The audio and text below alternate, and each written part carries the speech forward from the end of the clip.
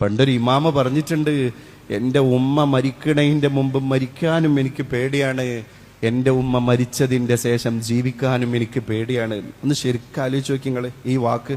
ഉമ്മ മരിക്കണതിൻ്റെ മുമ്പ് മരിക്കാൻ പേടി എന്താ? ഉമ്മാനെ നോക്കാൻ പിന്നെ ആരാ ഉണ്ടാവുക? ഉമ്മാനെ ശുശ്രൂഷിച്ചിട്ട് എനിക്ക് കൂലി വാങ്ങാൻ കഴിയൂലല്ലോ. ഉമ്മ മരിക്കണതിൻ്റെ മുമ്പ് ഞാൻ മരിച്ചാൽ.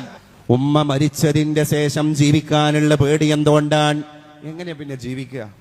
എങ്ങനെ പെരേക്ക് കയറിച്ചില്ല? എത്ര വർഷമായിട്ട് ഉമ്മ മരിച്ച മക്കൾ ഈ സദസ്സിലുണ്ടെങ്കിലും ഒരു നിമിഷം അവരാലോചിക്കും, ഓരോ ഉമ്മാന്റെ ആണ്ട് വരുമ്പോഴും ഉമ്മയില്ലാത്ത വീട് അല്ലേ?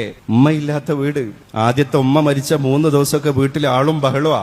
എല്ലാരും ആണ്ട് പിരിഞ്ഞു പോയിട്ട് തഅസിയത്തിന്റെ ദിവസമൊക്കെ കഴിഞ്ഞിട്ടുണ്ടല്ലോ.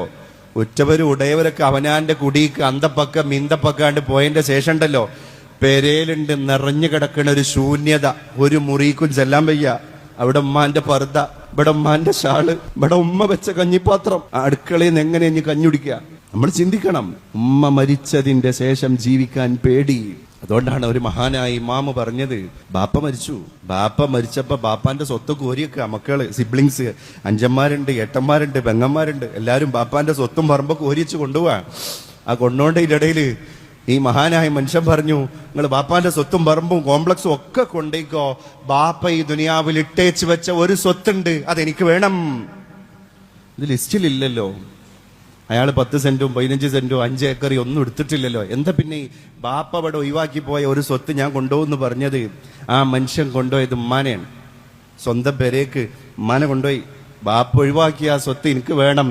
കാരണം ഉമ്മാനെ പരിചരിച്ചാലുള്ള കൂലി എന്താണ് എന്നുള്ള കിതാബിൽ പഠിച്ചണ്. ഉമ്മാന്റെ കാലിന്റെ അടിയിൽ നമ്മൾ തട്ടിക്കൊടുക്കണ പൊടിയുണ്ടല്ലോ, അത് പിന്നെ നമ്മുടെ കയ്യിലെ നക്ഷത്രമാണ് അത്രേ സ്വർഗത്തില്. ആ കുട്ടികളാണ് 20 വെട്ട് വെട്ടിയിട്ട് ഉമ്മാനെ കൊല്ലണത്. മനസ്സ് മരവിച്ചതാണ്. മനസ്സ് മരവിച്ചതാണ്. ലഹരിയാണ് കാരണക്കാരൻ. നിങ്ങൾക്കറിയോ ഈ കുട്ടിയേക്ക് ഈ ദുനിയാവിൽ തന്നെ കിട്ടാൻ പോകുന്ന കടുത്ത ശിക്ഷ എന്താ അറിയോ? ഈ കിക്കൊക്കെ കഴിഞ്ഞ്, ഈ ലഹരിയുടെ ഹാങ് ഓവറൊക്കെ കഴിഞ്ഞ് അള്ളാന്റെ തൗഫീഖ് ഉണ്ടെങ്കിൽ ആലം ദുനിയാവിൽ നോർമൽ മനുഷ്യനായി അവർ ജീവിക്കുകയാണെങ്കിൽ ആ ജീവിതമാണ് ഇനി അവർക്ക് കിട്ടാൻ പോകുന്ന ഏറ്റവും വലിയ ശിക്ഷ. കാരണം എന്താ? അപ്പൊ അങ്ങനെ ആലോചിക്കും, എൻ്റെ ഉമ്മാനെ കൊന്ന് ഞാനാണല്ലോ.